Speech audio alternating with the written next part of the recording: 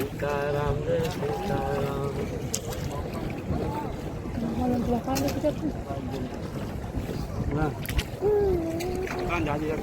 कहाँ जाते हैं?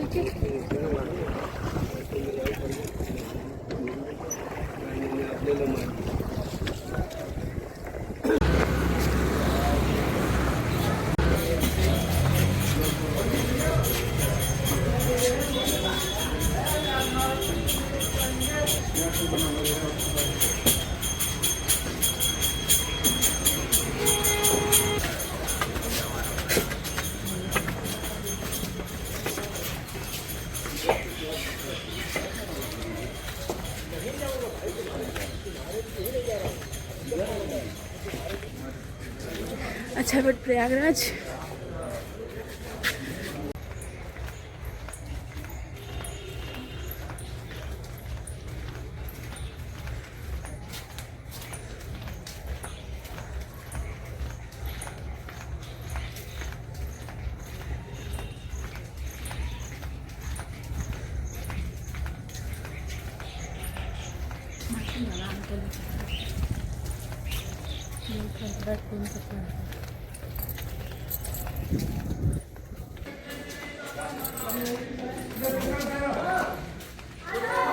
अच्छा बट ब्रिज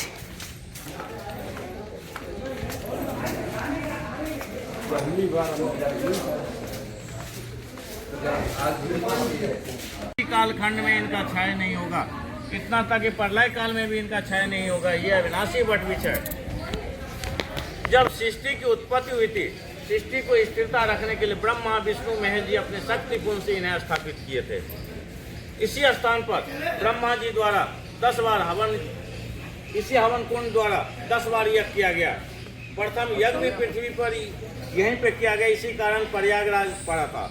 उन्हीं के नाम पर प्रयागराज पड़ा हुआ है, जिसमें भगवान विष्णु जी जजमान थे, पुरोहित ब्रह्मा जी थे, और भोले शंकर खुद जो है भगवान मान के यहाँ पर विराजमान थे। इनके जड़ में ब्रह्मा जी बसते हैं, थाल में विष्णु जी और शीर्ष पे भगवान भोले शंकर। जब त्रेता युग में भगवान श्री राम अयोध्या से वन के लिए प्रस्थान करते हैं तो सबसे पहले प्रयागराज पहुंचते हैं।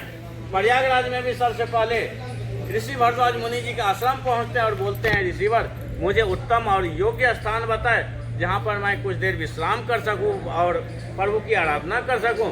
ऋषि भरद्वाज मुनि जी बोले, प्रभु आपके लिए उत्तम और योग्य स्थान संगम तट किनारे एक वटवृक्ष है, वही स्थान आपके लिए उत्तम और योग्य है।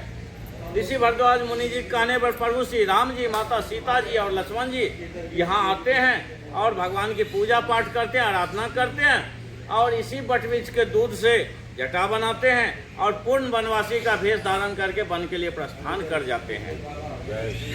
वन के लिए तो अयोध्या से प्रस्थान किए थे, लेकिन यहाँ से पूर्ण वनवासी का भेष धारण करके वन के लिए प्रस्थान कर गए।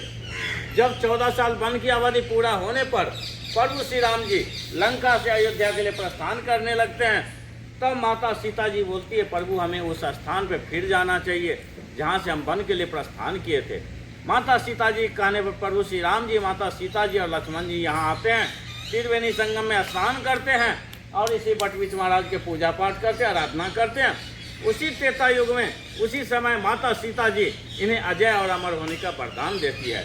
आप अजय रहेंगे, अमर रहेंगे, अविनाशी रहेंगे, किसी भी कालखंड में आपका क्षय नहीं होगा, आप हरे भरे रहेंगे। इसीलिए पतझड़ के समय देखते होंगे जो हर एक पेड़ के पत्ते झड़ जाते हैं, नए सिरे से पत्ते आते हैं, लेकिन इनके पत्ते झड़ते हैं उससे ज़्यादा आपको हरे भरे लगे हुए मिलेंगे। इनके पतझड़ कभी नहीं होते हैं। इसी स्थान पे ये द्वापर युग की है। इसी स्थान पर ऋषि मार्कंडेय जी तपस्या कर रहे थे।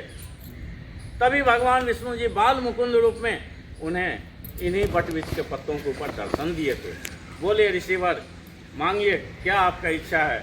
तो ऋषि मार्कंडेय जी बोले, प्रभु हम प्रलय देखना चाहते हैं, जो मार्कंडेय पुराण में भी दर्शाया गया है। प्रभु हम प्रलय देखना चाहते हैं।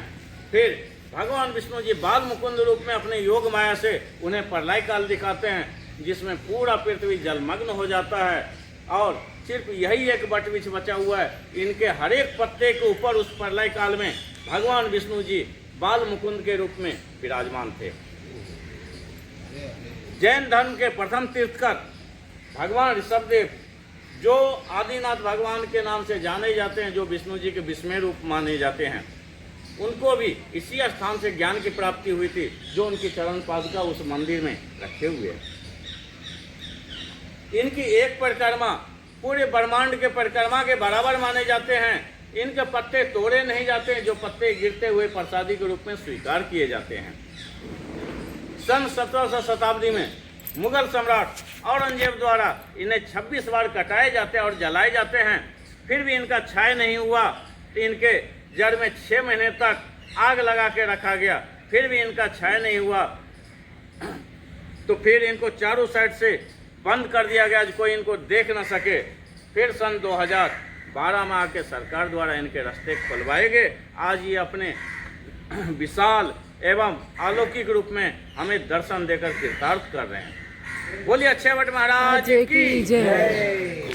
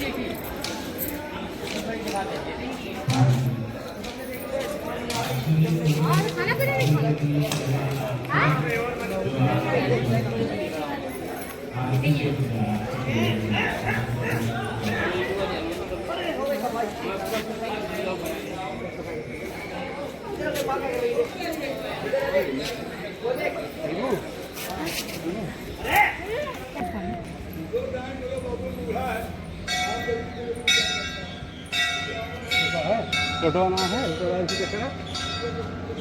चलो।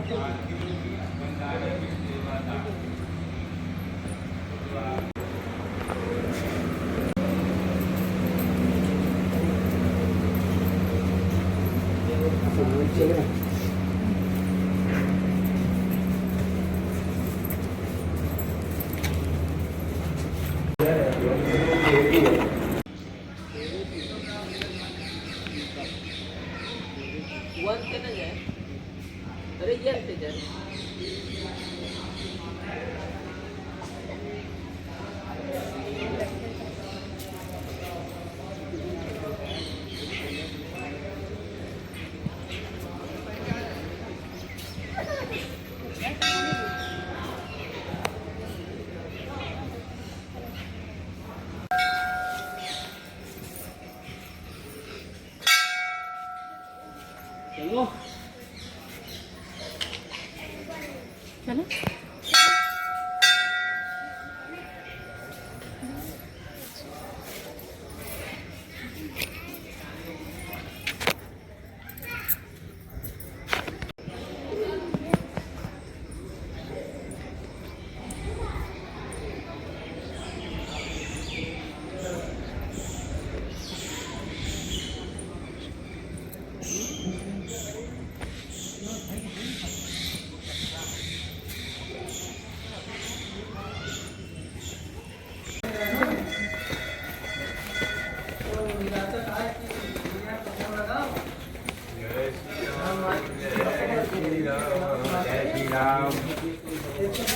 जय श्री राम बेटी भैया, जय श्री राम बाबू।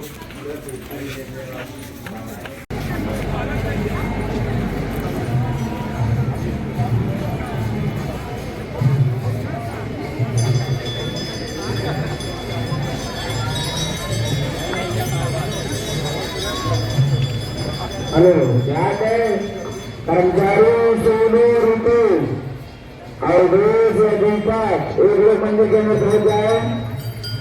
कर्मचारी लोग मंदिर के अंदर पहुंच जाए। सोनू ऋतिक और दीपक एक लोग मंदिर के अंदर पहुंच जाए।